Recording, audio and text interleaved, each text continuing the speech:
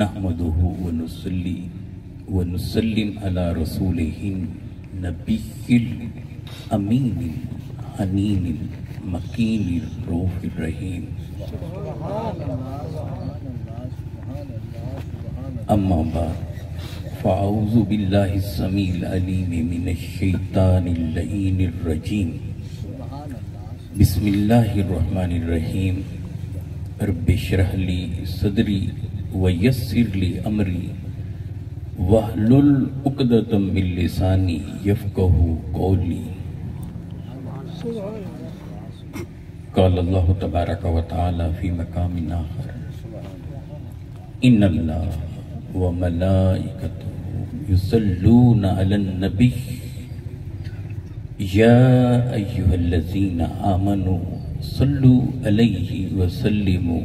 تسليما. اللهم صل على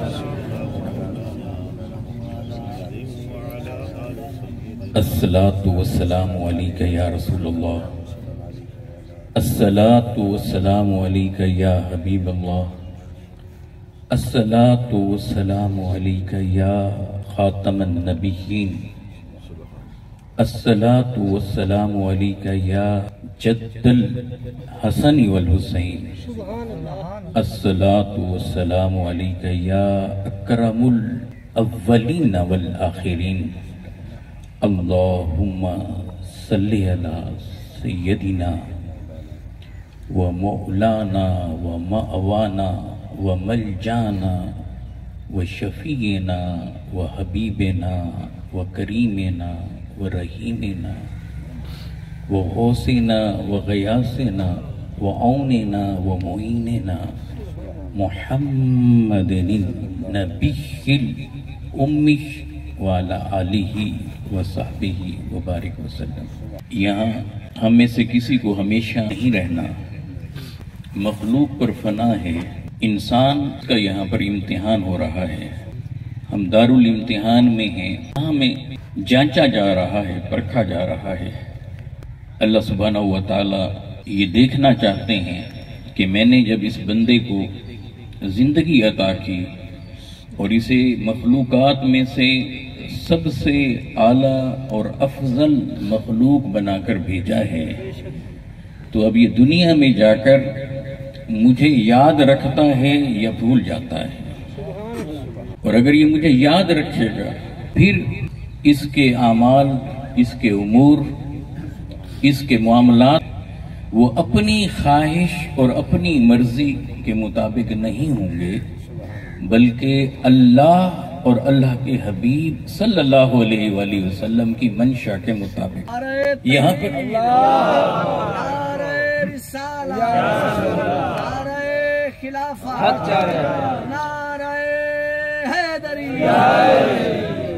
اب یہاں ہم نے محنت کرنی ہے، اور محنت کے دو زاویے ہیں. ان دونوں زاویوں میں محنت کرنی ہے. ایک زاویہ ہے عبادات کے حوالے سے، ایک زاویہ ہے معاملات کے حوالے سے. ایک طرف حقوق اللہ ہے، ایک طرف حقوق العباد ہے. ان دونوں جہتوں پر محنت کرنی ہے. جھکنا، جب بھی جھکنا ہے تو اللہ کے سامنے جھکنا ہے. بندگی خالصتاً اللہ اور صرف اللہ کے لیے ہے. سجدہ صرف اللہ کی بارگاہ میں کرنا ہے. عبادت اللہ سبحانہ و تعالیٰ کی کرنی ہے. اور ادھر عبادت کے اندر محنت کرنی ہے تو ادھر اس کی مخلوق ہے دوسری طرف، ان کی خدمت میں لگ جانا ہے. ادھر اللہ کی عبادت، ادھر اللہ کی مخلوق کی خدمت. یہ دین ہے. اب یہ جو دونوں چیزیں ہیں، کہ اس کا جو ثمر ہے، جو نتیجہ ہے، عبادت کا جو نتیجہ ہے اور ہماری یہاں خدمت کا جو نتیجہ ہے، یعنی یہ جو اعمال صالح ہیں، نیک اعمال کر لیے ہیں. اب نیک اعمال کر کے ان نیک اعمال پر تکیہ نہیں کرنا، ڈیپینڈ نہیں کرنا. تو ڈیپینڈ کس پہ کرنا ہے؟ اللہ کی رحمت پر اور مصطفیٰ علیہ السلام کی شفاعت پر. اب ہم میں سے کوئی گارنٹی نہیں دے سکتا کہ میں نے یہ جو اچھے کام کیے ہیں یہ جو عبادات کی ہیں، یہ جو نیکیاں میں کر رہا ہوں، یہ جو میں قیام کر رہا ہوں، رکوع کر رہا ہوں، سجود کر رہا ہوں، روزے رکھ رہا ہوں، حج کر رہا ہوں، جو بھی اعمال صالح کر رہا ہوں، اسے کرنا ہے اپنی پوری لگن کے ساتھ، چاہت کے ساتھ، ہر حال میں اپنے آپ کو اجلا بنانا ہے، اپنے آپ کو شاندار بنانا ہے، اپنے آپ کو اللہ اور اللہ کے حبیب صلی اللہ علیہ وآلہ وسلم کا متبع بنانا ہے، حضور کی غلامی کے پٹے کو اپنے گلے میں ڈالے ڈالے ڈالے رکھنا ہے، اور اللہ کی بارگاہ میں جھکتے جھکتے جھکتے رہنا ہے۔ مگر یہ ساری عبادات کر کے بھی اب بندہ یہ نہ سمجھے کہ میں نے چونکہ یہ نماز پڑھ لی ہے تو اب یہ قبول بھی ہو گئی ہے، نہیں۔ باب قبولیت کی جب بات آئے تو پھر یوں مولا سے مخاطب ہو، مولا میں نے یہ بندگی تو کر دی ہے، تیری بارگاہ میں حاضر تو ہوا ہوں، مگر میں اس بندگی پر تکیہ نہیں کرتا، تکیہ کرتا ہوں تو تیری رحمت پر کرتا ہوں۔ مجھے امید ہے تو تجھ سے امید ہے کہ میری کمیوں کو، کوتاہیوں کو تو نظر انداز کر دے گا، نظر انداز کر کے مولا تو صرف اپنی رحمت کی برکھا مجھ پر ڈالے گا۔ مولا صرف تجھ سے مجھے امید ہے اور تیرے محبوب سے مجھے امید ہے کہ کل قیامت کے دن جب میں وہاں حاضر ہوں گا تو میرے محبوب صلی اللہ علیہ وآلہ وسلم تیری بارگاہ میں میری شفاعت کر دیں۔ نقطے کو ذہن میں رکھنا ہے، مغالطہ کہاں سے ہو رہا ہے؟ ایک طرف ہم رحمت خداوندی کی بات کرتے ہیں، مگر صرف ایک سائیڈ پہ یہ بات کرتا ہے تو وہاں سے عمل والا پہلو نگاہوں سے اوجھل ہونے لگتا ہے، اور ذہن میں یہ آتا ہے کہ اللہ تو رحمان الرحیم ہے، لہٰذا دنیا میں ہم جو چاہیں کرتے پھریں، اپنی مرضی کرتے پھریں، غلطیاں کرتے پھریں، کوتاہیاں کرتے پھریں، ہم اعمال بد کرتے پھریں، زنا کرتے پھریں، شراب پیتے پھریں، سود کھاتے پھریں، لوگوں کے حقوق غصب کرتے پھریں، زمینوں پر قبضے کرتے پھریں، لڑتے پھریں، رشتہ داروں کے حقوق کو پورا نہ کریں، انسانوں کی خدمت نہ کریں، انسانوں کا احترام نہ کریں، ہمارے اخلاق اچھے نہ، یہ سارا کر کے پھر ادھر سے ہم کہیں کہ اللہ تو بڑا رحمان و رحیم ہے۔ اور دوسرا کہ چونکہ ہم غلام مصطفیٰ ہیں صلی اللہ علیہ وآلہ وسلم، حضور سے بے تحاشا محبت کرنے والے ہیں، عشق کرنے والے ہیں، چونکہ آقا سے محبت اور عشق ہے اور ادھر آقا ہماری شفاعت فرما دیں، اس لیے دنیا میں جو چاہیں کرتے پھریں تو یہ ایک مغالطہ ہے، حقیقت نہیں ہے۔ یہ فہم نامکمل ہے، اس فہم میں کمی ہے۔ میرے حبیب صلی اللہ علیہ وآلہ وسلم کو مکہ کی وادیوں میں کانٹوں پر چلنا نہ پڑتا، اگر صرف بات یہاں تک محدود ہوتی تو پھر شاہ ابی طالب کی گھاٹیوں کے اندر میرے محبوب کو 3 سال تک محصور رہنا نہ پڑتا، میرے حبیب صلی اللہ علیہ وآلہ وسلم کو مکہ جیسے عظیم شہر سے ہجرت کرنا نہ پڑتی، اور مدینہ کے اندر جا کر بدر اور احد کے میدان نہ سجتے، خندقیں کھودنا نہ پڑتی، اور پھر جب ایک صاحب آ کر میرے حبیب صلی اللہ علیہ وآلہ وسلم کی بارگاہ میں یوں عرض کرتا کہ یا رسول اللہ بھوک سے برا حال ہے، اور اپنے پیٹ سے ایسے کپڑا ہٹاتا تو وہاں ایک پتھر بندہ ہوتا، میرے حبیب نے اپنے شق میں مبارک سے کپڑے کو جو ہٹایا تو وہاں ایک نہیں 2 پتھر بندے، لہذا توازن کے ساتھ دین کو مکمل طور پر لے کر چلنا چاہیے۔ آج ہماری زندگیوں کے اندر توازن نہیں ہے، اگر آپ مشاہدہ کریں اور اپنے معاشرے کو دیکھیں، ہمارے معاشرے کے اندر وہ کیفیات نہیں ہیں جو ہونی چاہیے، وہ کیوں نہیں ہے؟ نتائج کیوں نہیں ہیں؟ مذہبی جماعتیں ہیں مگر معاشرہ بدلتا نہیں ہے، عبادت ہو رہی ہے مگر معاشرہ بدلتا نہیں ہے، مساجد آباد ہیں مگر معاشرہ بدلتا نہیں ہے، بڑے بڑے تعلیمی ادارے ہیں، مدارس ہیں، سکول ہیں، کالجز ہیں، یونیورسٹیاں ہیں، اتنے اساتذہ جس معاشرے کے اندر ہوں اور اس معاشرے کے اندر پھر چوری بھی ہو، سینہ زوری بھی ہو، زمینوں پر قبضے بھی ہوں، خودکشیاں بھی ہوں، پھر ہمیں اپنے گریبانوں میں جھانکنا چاہیے کہ عبادت بھی چل رہی ہے، تعلیمی ادارے بھی آباد ہیں، تربیت کے مراکز بھی قائم ہیں، تبلیغی جماعتیں بھی نکل رہی ہیں، دعوت کا کام بھی ہو رہا ہے، وعظ بھی چل رہا ہے، نصیحت بھی ہو رہی ہے، مگر معاشرہ بدل نہیں رہا۔ باہر کی بات تو باہر کی، گھر کے اندر رہ کر بھی ہم اپنے والدین کا اس طرح سے ادب نہ کر سکیں، بہن بھائیوں کو ساتھ لے کر نہ چل سکیں، ان کا خیال نہ رکھ سکیں، احترام انہیں نہ دے سکیں، رشتہ داروں کا ہم خیال نہ رکھ سکیں، اپنے قریب والے ہمسایوں کے بارے میں ہمیں فکر نہ ہو، اور اگر کوئی مصیبت آ پڑے، مصیبت کے دنوں میں بھی بجائے مدد کرنے کے وہاں جا کر چوریاں کرنے لگ جائیں، تو پھر سوچئے کمی کہاں ہے، پھر تعلیم کہاں ہے، ہماری تربیت کہاں ہے، وہ ساری چیزیں کہاں ہیں۔ اس کا مقصد یہ ہے کہ ہم نے وہ بات اس طرح سے پہنچائی ہے تو اس پر عمل نہیں کیا، عمل کیا ہے اور دوسروں کے لیے فکر نہیں، صرف اسے اپنی ذات تک محدود رکھا ہے۔ اس لیے اس نقطے کو ذہن میں رکھ لیں کہ اعمال ضروری ہیں، انتہائی ضروری ہیں، مگر ڈیپینڈ اعمال پہ نہیں، رحمت باری تعالیٰ پہ اور شفاعت مصطفیٰ پہ ہے۔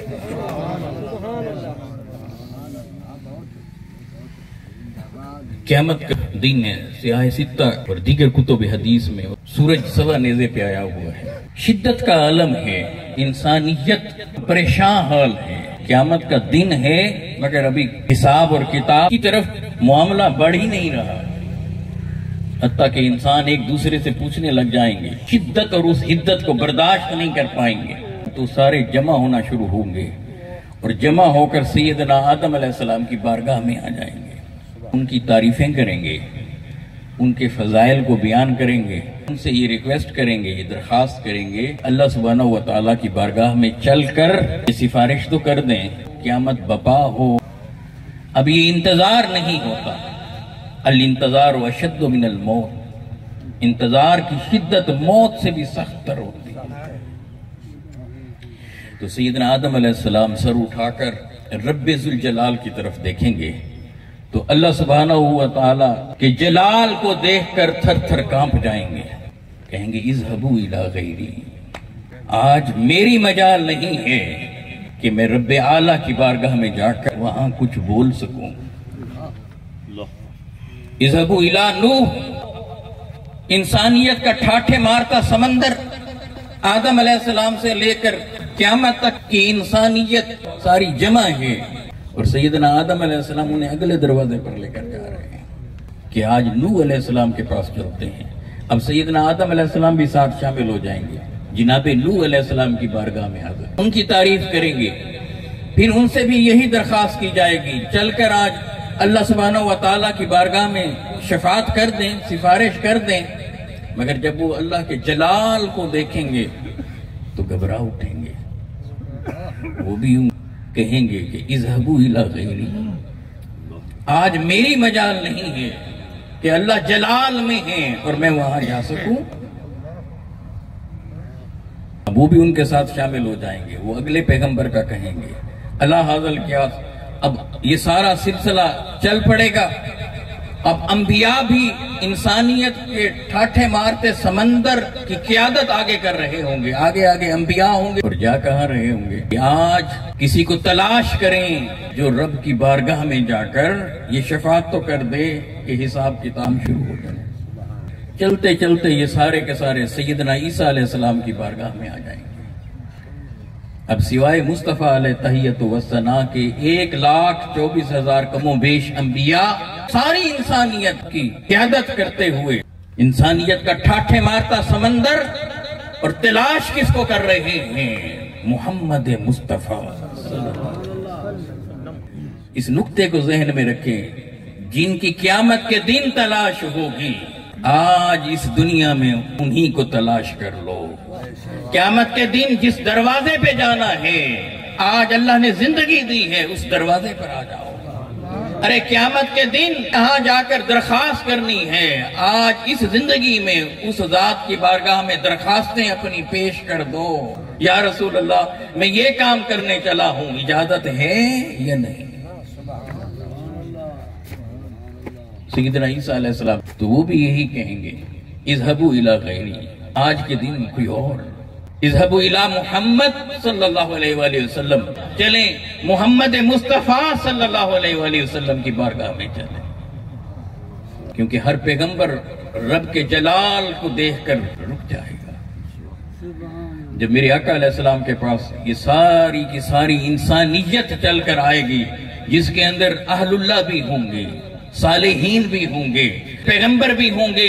انبیاء اور رسول بھی ہوں گے، اولو العزم بھی ہوں گے، سارے کے سارے چل کر در مصطفیٰ پر حاضر ہوں۔ حضور کی شان تو دیکھیں صلی اللہ علیہ وآلہ وسلم۔ قیامت کے دن سارے تلاش کرتے کرتے جب سارے انسان انبیاء رسول سارے جب جمع ہو جائیں گے تو چل کر دروازہ مصطفیٰ پر آئیں گے صلی اللہ علیہ وسلم، اور جب حضور کی بارگاہ میں آئیں گے آقا کے فضائل کو بیان کریں گے، شانوں کو بیان کریں گے، اس کے بعد درخواست کریں گے۔ میرے آقا یہ نہیں فرمائیں گے اذهبوا الى غیری، آج کے دن کوئی اور نہیں، حضور یہ نہیں فرمائیں گے۔ جب میرے آقا سنیں گے اور ادھر دیکھیں گے کہ اللہ کا جلال جوبن پر ہے، مگر دیکھ کر بھی یہ فرمائیں گے انا لہا انا لہا، ہاں ہاں آج کے لیے میں ہی تو ہوں، میں ہی تو ہوں، گویا تم نے آنے میں دیر کر دی ہے، میرے جانے میں دیر ہے۔ میرے محبوب صلی اللہ علیہ وآلہ وسلم اس کی بارگاہ میں جا کر سجدہ ریز ہو جائیں گے۔ اللہ سبحانہ و تعالیٰ کی بارگاہ میں سید عالم صلی اللہ علیہ وآلہ وسلم سجدہ ریز ہیں اور اس کی حمد اور تسبیح بلند کر رہے ہیں۔ وہ جو جلال میں تھا، جس کے جلال کو دیکھ کر پیغمبر نبی اور رسول جو وہاں جانے کی جرت نہ کر سکے، میرے محبوب وہاں جھکے ہیں، اور وہاں سے جواب کیا ملتا ہے؟ یا محمد ارفع راسک، اے میرے محبوب صلی اللہ علیہ وسلم، اے محمد صلی اللہ علیہ وسلم، سر اٹھا، سوال کر، آج تو وقت ہے سوال کرنے کا۔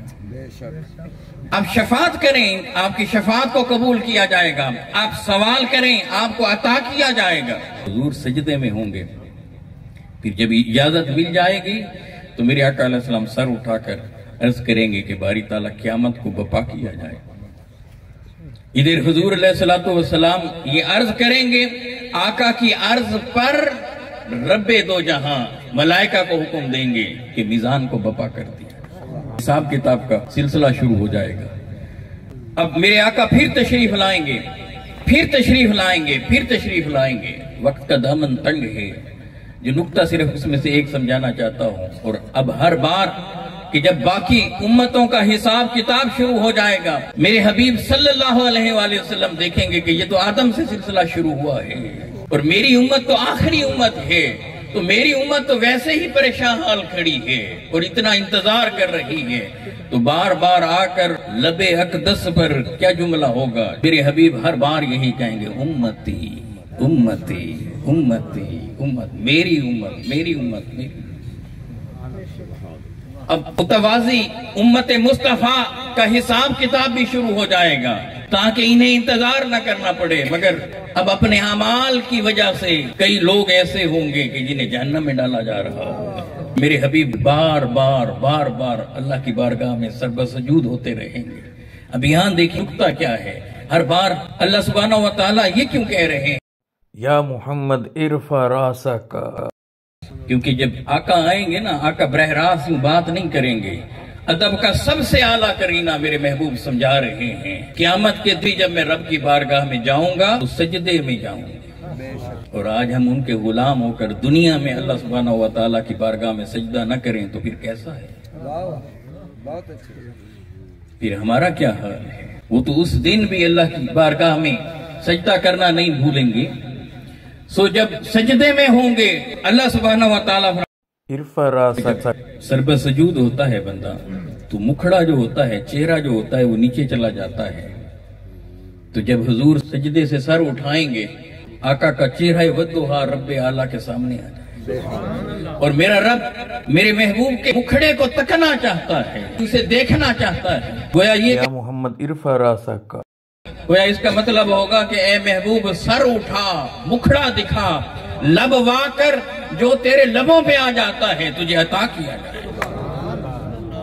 حتیٰ کہ میرے حبیب صلی اللہ علیہ وآلہ وسلم کی شفاعت شروع ہوگی یہاں تک کہ وہ لوگ جن کے دل میں رائی کے دانے کے برابر بھی ایمان ہوگا، بلکہ اس سے بھی کم نبی علیہ الصلوۃ والسلام اس کو بھی جہنم سے نکلوا کر جنت میں داخل کریں گے۔ اور ایک مرلہ وہ ہوگا، فرمایا جائے گا فخرج الی النار فادخل فی الجنہ، کہ آپ جائیں اور اپنے مبارک ہاتھوں سے انہیں جہنم سے نکال کر ان کو جنت میں داخل کر کے آئیں، تاکہ انہیں پتا چلے کہ یہ اپنے اعمال بد کی وجہ سے یہاں گرے پڑے ہیں، آج شفاعت مصطفیٰ کام آ رہی ہے اور مصطفیٰ علیہ السلام نے جنت میں داخل۔ اس لیے جہاں شفاعت کا معاملہ ہے، قرآن اور حدیث کی روشنی میں کیٹاگوریکلی بالکل اتھینٹک، اس میں کوئی شک اور کوئی شبہ نہیں کہ حضور ختمی مرتبت صلی اللہ علیہ وآلہ وسلم پوری امت کی شفاعت کریں گے، اور ایک ایک امتی اسے جہنم سے نکلوا کر جنت میں لے جائیں گے، حتیٰ کہ وہ لوگ کہ جن کے لبوں پر کلمہ جاری نہ ہوا ہوگا مگر من ان کا مصطفیٰ علیہ السلام کے لیے مچلتا ہوگا،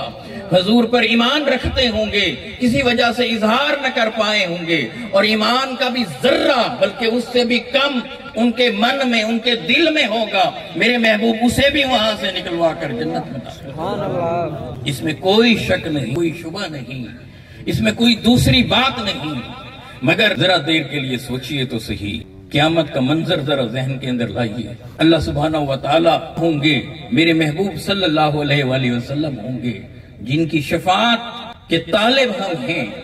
جن کی شفاعت کے طلبگار ہم ہیں۔ ہماری دعاؤں کے اندر یہ جملے آتے ہیں کہ مولا قیامت کے دن شفاعت مصطفیٰ علیہ الصلوۃ والسلام ہمیں عطا کر دیں۔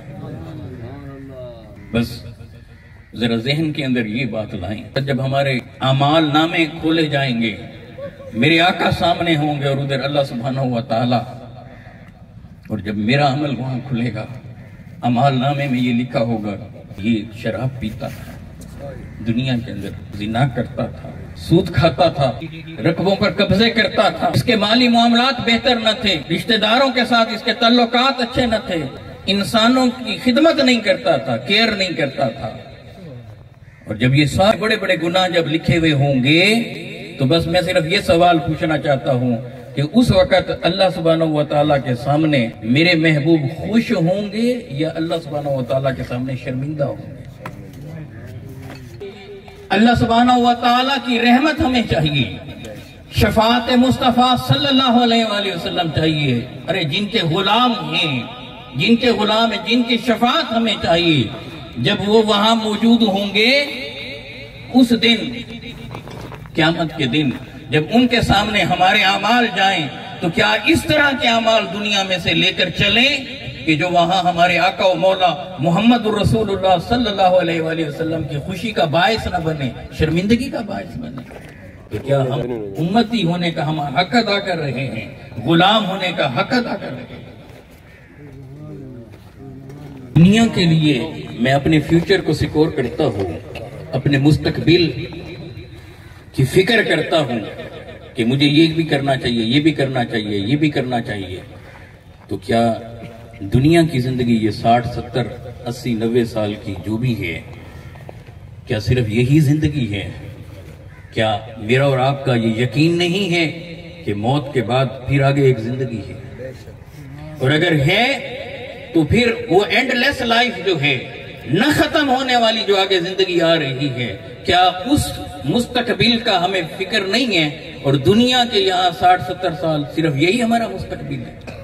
اگر تو ہمارا یہی مستقبل ہے تو پھر یقیناً اس کی فکر نہ کریں، اور اگر دنیا کی 60 70 سال کی زندگی کو اپنا فیوچر قرار دے دیں، اگر کوئی یہ سمجھتا ہے کہ دانائی یہی ہے، دانش مندی یہی ہے، وزڈم کا تقاضا یہی ہے، تو پھر ٹھیک ہے، اور اگر کوئی سمجھتا ہے کہ اصل زندگی تو آگے آنے والی ہے، دنیا میں سے تو کسی نہ کسی طرح گزر ہی جائیں گے، تو پھر کیا اس زندگی کی فکر نہیں کرنی؟ تو پیچھے کوئی ایسا بچہ تو تیار کر کے جائیں، جب ہماری آنکھ بند ہو، جب ہم فوت ہو جائیں تو پیچھے کوئی قرآن مجید کو جب یہاں سے تلاوت کر رہا ہو تو آگے اس کے ثمرات قبر میں ہمارے پاس آ رہے ہیں۔ کوئی تو پیچھے ہو ایسے ہاتھ اٹھا کر یہ کہہ دے صمیم قلب سے صمیم قلب، دل سے اس کی آواز نکلے، صرف زبان پر روایتی جملے نہ ہوں، دکھلاوا نہ ہو، دل سے کوئی آواز ایسی نکلے، مولا میرے بابا آپ کے پاس آ گئے ہیں، انہیں معاف کر دینا۔ اور یاد رکھیں، مرنے کے بعد سب سے بڑا تحفہ مرنے والے کے لیے اس کی اولاد کی دعائیں ہوتی ہیں۔ تو کوئی تو پیچھے ایسا تیار کر کے جس کے اندر یہ شعور تو ہو، ایسا تو نہ ہو 8-10 دن کے بعد پھر وہ دنیا کے اندر ایسا مگن ہو کہ اسے بھول جائے کہ کوئی میرا رشتہ دار بھی تھا، کوئی بابا بھی تھا اور دنیا سے چلا گیا ہے، میں نے اسے بھی یاد رکھنا ہے۔ یہ رابطہ ہے، جیسے آج کوئی بندہ یہاں بیٹھا ہے، ایک یہاں ہے اور ایک لاہور ہے، ہم اسے مل نہیں پا رہے، لیکن ہمیں پتا ہے کہ ہم لاہور جائیں گے تو ملاقات ہو جائے گی۔ اسی طرح سے سمجھیں کہ یہ دنیا اس سٹیشن پر ہے، آگے برزخ کا ہے، کچھ پیچھے ہیں جنہوں نے ابھی دنیا میں آنا ہے اور کچھ ہم ہیں، ہم نے آگے والوں کے پاس جانا ہے۔ یہ ملاقاتوں کا سلسلہ قیامت تک چلتا رہے۔ ارے جو فوت ہو چکے ہیں ان سے بھی ملا کیجئے، ان سے بھی دعا سلام رکھیے، ان سے بھی رابطہ رکھیے، اور ان سے رابطہ یہ ہے دنیا کے اندر ان کے لیے دعائیں مغفرت کرتے رہیے۔ بچوں میں سے ایک بچے کو آقا علیہ السلام کے قدموں میں دے دیں، قرآن مجید، اور پھر اس کے بعد سیرت طیبہ میں سے اور احادیث میں سے صرف اتنا حصہ کہ جس سے حلال اور حرام کی پرکھ ہو سکے، اور گھر کے اندر کوئی ایک بندہ تو ایسا ہو جب کوئی غلط کام کرنے لگے تو وہ صرف کھڑے ہو کر یہ نشاندہی کرے کہ یہ کام نہیں کرنا، کہ اسلام کے خلاف ہے۔ جب میں کوئی غلطی کرنے لگوں، جب میں سود کی رقم کھانے لگوں، تو میرا بیٹا کھڑے ہو کر دھیمے لہجے سے، دھیرے دھیرے، آہستگی سے، ادب کے ساتھ سر کو جھکا کر مجھے یوں تو ایک بار کہہ دے، بابا آپ وہ کام کیوں کرتے ہیں جو ہمارے آقا و مولا محمد مصطفیٰ علیہ السلام نے نہیں کیا۔ آپ اپنے بچوں کو اعلیٰ سے اعلیٰ تعلیم دلوائیں، بی ایس کروائیں، ایم فل کروائیں، پی ایچ ڈی کروائیں، پوسٹ پی ایچ ڈی کروائیں، سی ایس ایس کرائیے، ججز بنوائیے، سیکریٹریز اعلیٰ سے اعلیٰ عہدے پر لے جائیں، سی ایم پی ایم تک لے جائیں، ضرور لے جائیں، مگر ان سب عہدوں پر انہیں پہنچانے سے پہلے، اچھا بزنس مین بنانے سے پہلے، اچھا اعلیٰ عہدہ دار بنانے سے پہلے اسے اچھا انسان اور مصطفیٰ کا غلام بنانا۔ اگر آج یہ فہم اور یہ پیغام یہاں سے لے کر ہم اٹھے تو پھر سمجھیں کہ ہمارے احوال بھی بدلیں گے، انفرادی طور پر بھی بدلیں گے، معاشرہ بھی بدلے گا۔ اور اگر یہ سوچ اور یہ فہم نہیں اور ناک کی نوک تک دیکھتے رہیں گے، دائرے کے اندر سوچتے رہیں گے اور دنیا کی زندگی ہی کو سب کچھ جانتے رہیں گے، ہمیں پتہ بھی نہیں چلے گا کب ہمارا سانس رک جائے گا، توبہ کی بھی مہلت نہیں ہوگی۔ اللہ سبحانہ و تعالی ہمیں اسلام کو سمجھنے اور دین پر عمل کرنے کی توفیق عطا فرمائے، آقا علیہ الصلوۃ والسلام کے قدموں میں جڑا رہنے کی توفیق عطا فرمائے۔